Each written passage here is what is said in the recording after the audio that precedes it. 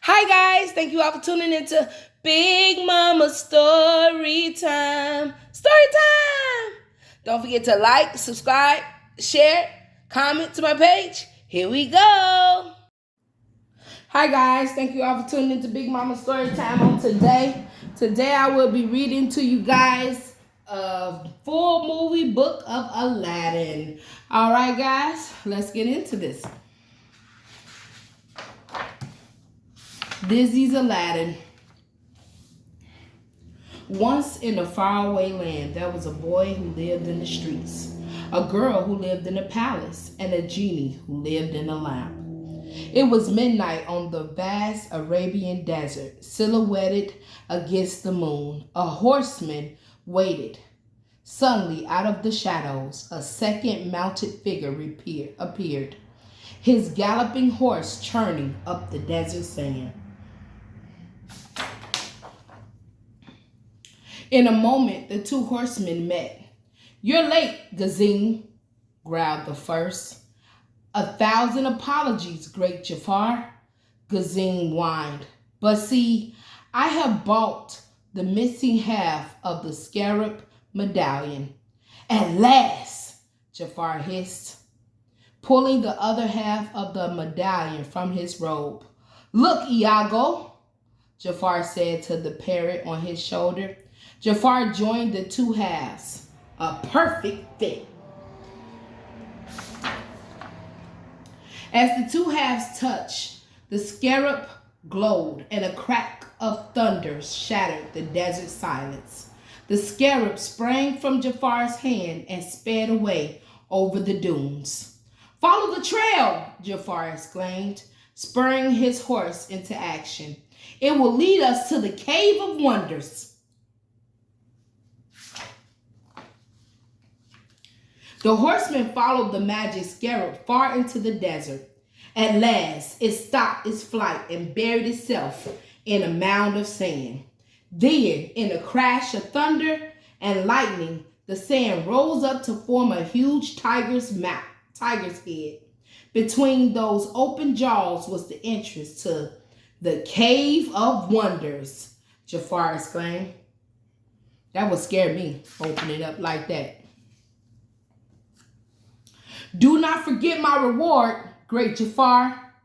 I braved great danger to steal the missing half of the medallion for you. The treasure in the cave is your reward, Gazine," Jafar replied. "But first, you must bring me the lamp."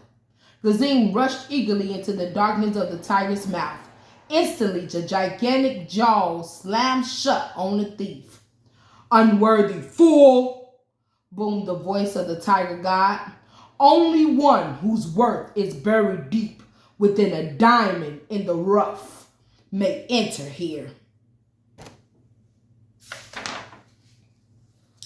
In the twinkling of an eye, the tiger head caved its treasures, and Gazine had melted back into the desert. "Och! Now we'll never get that stupid lamp," squawked the parrot.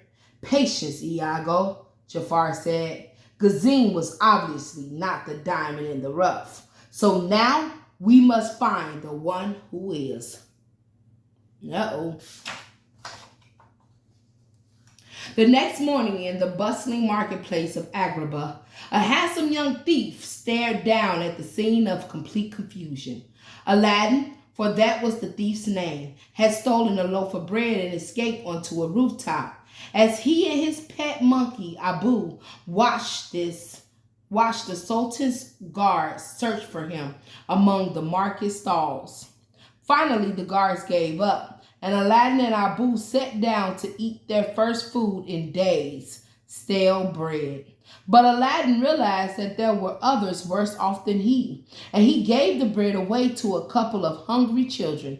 "Cheer up, Abu," he said as he made himself as comfortable as he could. "Someday it'll be better than this. Just you wait." Meanwhile, in the Sultan's palace, time was running out for Princess Jasmine. "But Jasmine, it's the law," the Sultan insisted. "You must marry a prince by your next birthday. and it will be your birthday in just 3 days. I don't love Prince Hakeem, Jasmine replied. Oh, Father, how can you force me to marry someone I don't love? Jasmine rushed tearfully into the palace garden. Oh, Raja, she said to her pet Bengal tiger waiting by the garden pool. Whatever shall I do? She looked up at the high wall surrounding the palace. If she could just climb over that wall, she would be free. Inside the palace, the Sultan was getting desperate. Jafar, he groaned to his chief advisor, I must find a husband for Jasmine. She's refused every prince in the land. I think I can help, Jafar said. But I will need the mystic blue diamond that you wear. No, Jafar. You know it is forbidden for the Sultan to remove the mystic blue diamond. Jafar raised his cobra-headed staff and held it hypnotically before the Sultan's eyes. You will give me the diamond, Jafar commanded slowly. Yes, master, the Sultan answered, deep in a trance. Clutching the Sultan's ring, Jafar stepped into a secret passage and climbed a long flight of stairs to his tower laboratory.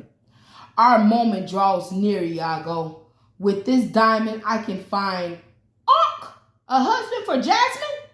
No, fool. The one who can get us the lamp. Once over the palace wall, Jasmine had suddenly found herself alone in a world she had never before experienced.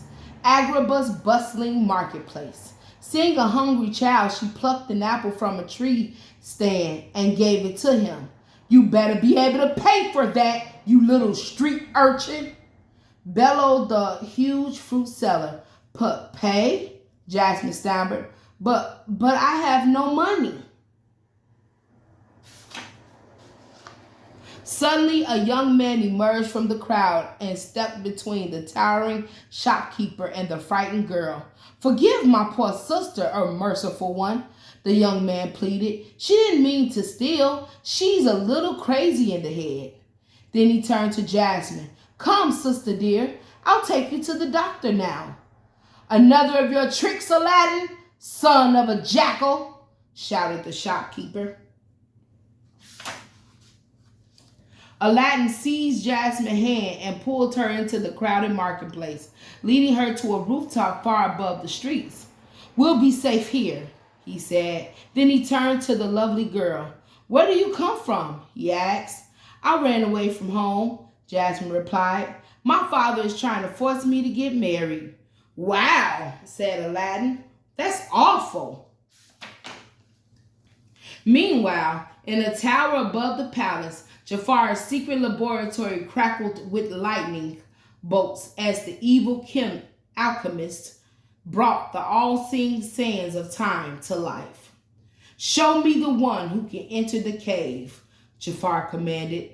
The swirling sands of time parted, revealing a young man on a rooftop in Agrabah. Have the guards bring him to the palace, Jafar said to Iago. The palace guards quickly marched into the city and swarmed up to Aladdin's hidden place. Before Aladdin could leap to his feet, he was a prisoner. How was that a hidden place if they knew where he was at?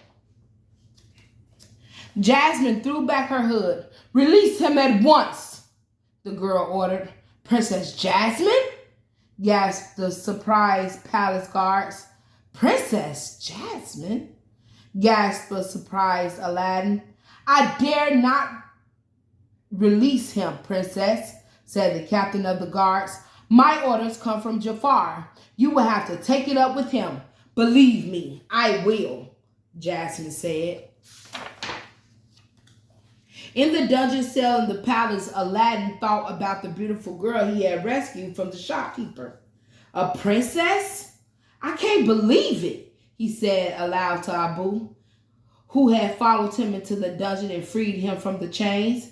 And I thought she was as poor as we were. As poor as we are. Unnoticed, Jafar, disguised as an old prisoner, had slipped quietly into the cell. You don't always have to be poor, Aladdin, he said. There is a cave filled with treasure. It can be yours if you will just help me get a worthless lamp. Eager to get out of the dungeon, Aladdin agreed. In the middle of the vast desert, the tiger's head rose up before Aladdin's astonished eyes. First, bring me the lamp, Jafar said eagerly. Then the treasure will be yours. Carefully, Aladdin approached the entrance to the cave. Who disturbs my slumber? The voice of the cave thundered. It is I, Aladdin. Enter, Aladdin, the voice replied. Jafar watched Aladdin and Abu enter the cave and disappear into the darkness. In the eerie glow of the cave, Aladdin and Abu followed steep steps down, until they found a huge chamber filled with mounds of golden treasure. Just a handful of this would make me richer than the Sultan, Aladdin exclaimed. Abu reached for a glittering ruby. No, Abu, Aladdin warned. We mustn't touch anything until we find the lamp. Suddenly, Aladdin and Abu noticed a richly embroidered carpet peeking at them from behind a pile of gold coins. Well, I'll be, Aladdin laughed. A magic carpet. Maybe it knows where we can find the lamp. The magic carpet showed Aladdin into a second chamber. High atop a massive altar, he saw the lamp. Aladdin ran up the stone steps, but as the boy was reaching for the lamp, Abu, who could never resist a glittering jewel, grabbed the gem from the hands of an idol. The ground began to tremble. Then the voice of the cave spoke. Abu has touched the forbidden treasure. You shall never again see the light of day. Uh-oh, y'all. The altar began to crumble beneath Aladdin's feet. He snatched the lamp, ran down the swinging stone steps, and jumped aboard the carpet. The floor of the cavern was turning to molten lava, and Abu was in danger of dying. Aladdin grabbed Abu's paw and pulled him onto the carpet. As the cave began to collapse behind them, the magic carpet sped Aladdin and Abu toward the entrance, where Jafar waited. Hurry up, guys, hurry up. Old man, help us, Aladdin called, clinging to the heaving edge of the cave. The lamp! Give me the lamp! Cried Jafar. He seized it from Aladdin's hand. Then, from his robe, Jafar drew a long, gleaming dagger.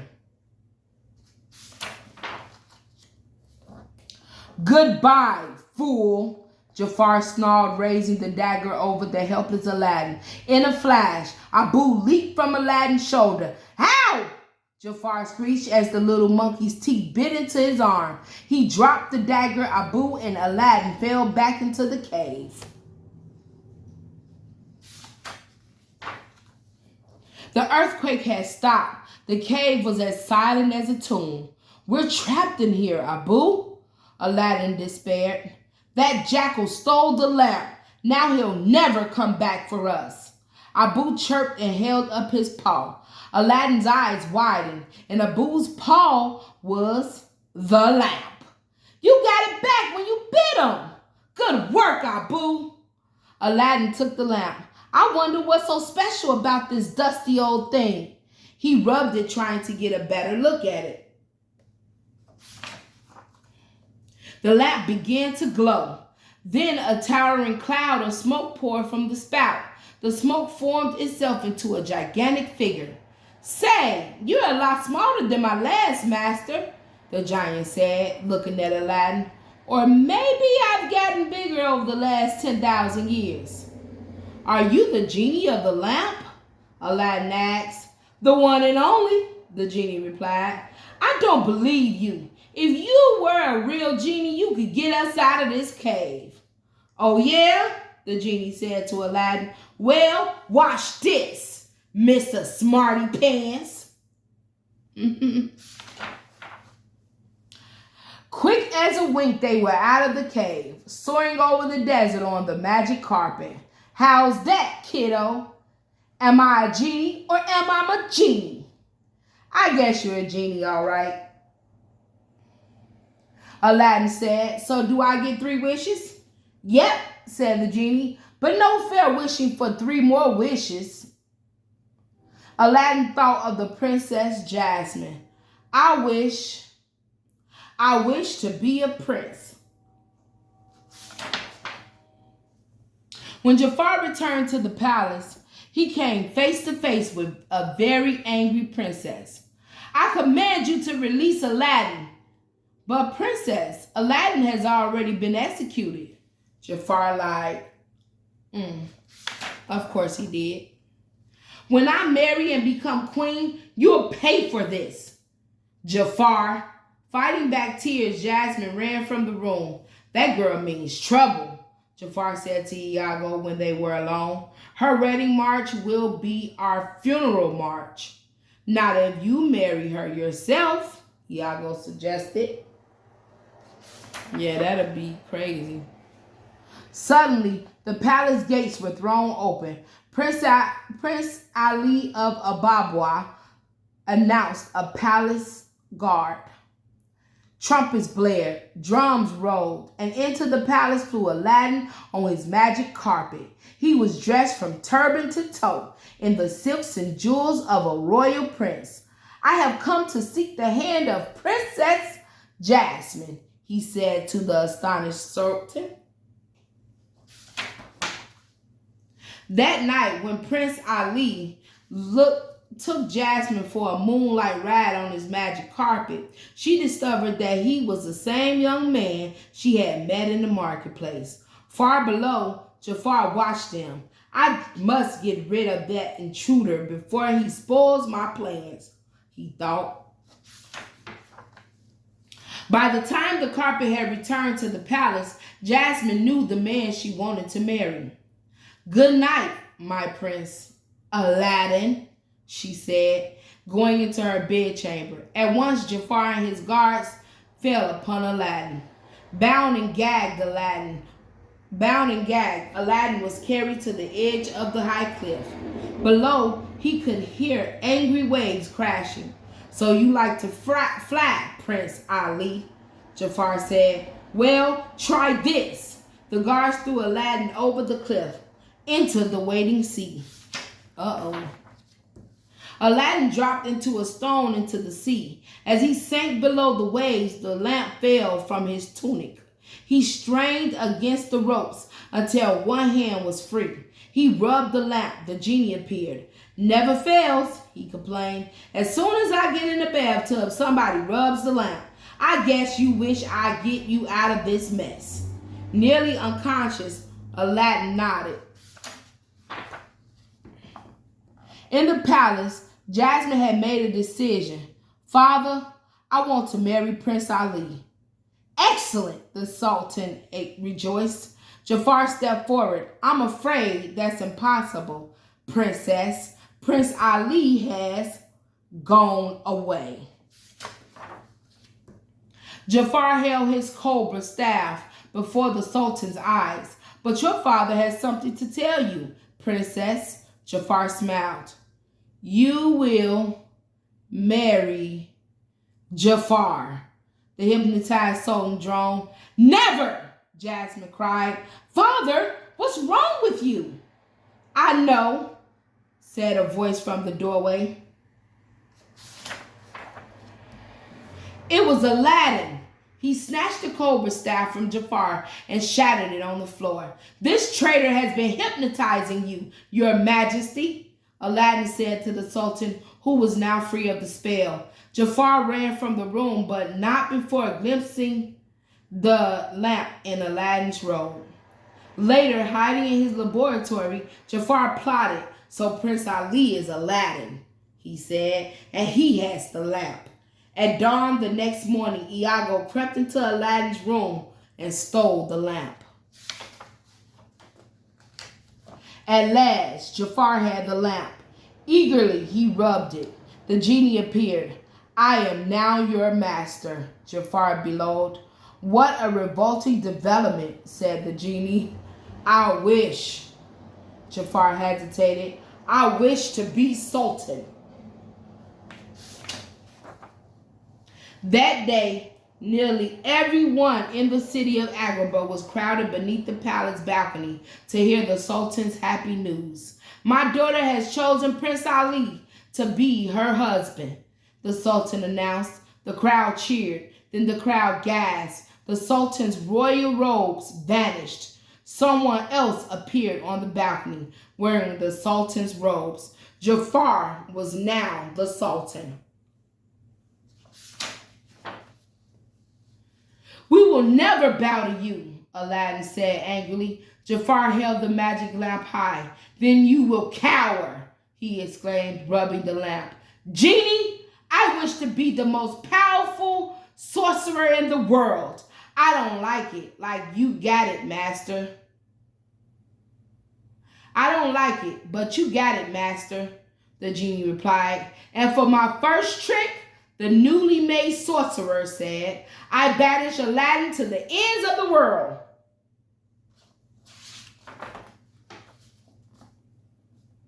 Bolts of lightning snapped from Jafar's fingertips, hurling Aladdin to the top of a palace tower. The tower snapped off, and like a rocket, it sped to the snowbound ends of the earth. How will I ever get out of here? Aladdin groaned. The answer to his questions appeared from the toppled tower in the shape of Abu, followed by the magic carpet. Go ahead, Abu, go and save Aladdin. Meanwhile, back in Agrabah, the poor Sultan was hanging from the ceiling of his throne room like a marionette, watching as Jafar ruled his kingdom. Bring me more wine, slave, Jafar ordered Jasmine. Helpless in the sorcerer's power, she obeyed. She sure didn't want to do it. She looked like she don't want to do it. Clinging to the magic carpet, Aladdin and Abu swept out of the sky into the palace. You, Jafar snarled, how many times do I have to get rid of you, boy? The sorcerer surrounded himself with a wall of flame.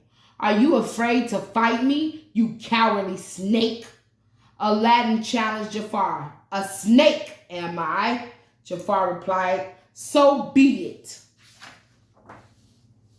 Instantly, Jafar turned himself into a huge cobra. Aladdin and Jasmine drew back from the deadly fangs. Did you think you could outwit the most powerful sorcerer on earth? Hissed the cobra. As the gigantic cobra raised its head to strike, Aladdin thought quickly. The genie has more power than you'll ever have, Jafar, Aladdin exclaimed. You're right. The power-mad Jafar agreed. He caught the lamp in his coils. Genie, my third wish is to be a genie. The cobra vanished, and Jafar towered over Aladdin in the shape of a genie. Now I have absolute power, he crowed.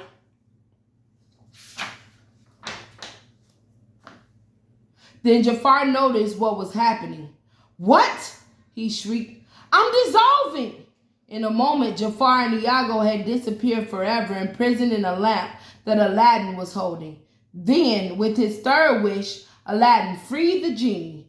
I'm going to miss you, he said as the genie flew off to a new life. The first thing the Sultan did when he became Sultan again was to change the law. Princess Jasmine could marry anyone she wished. And since she wanted to marry Aladdin, that's exactly what she did.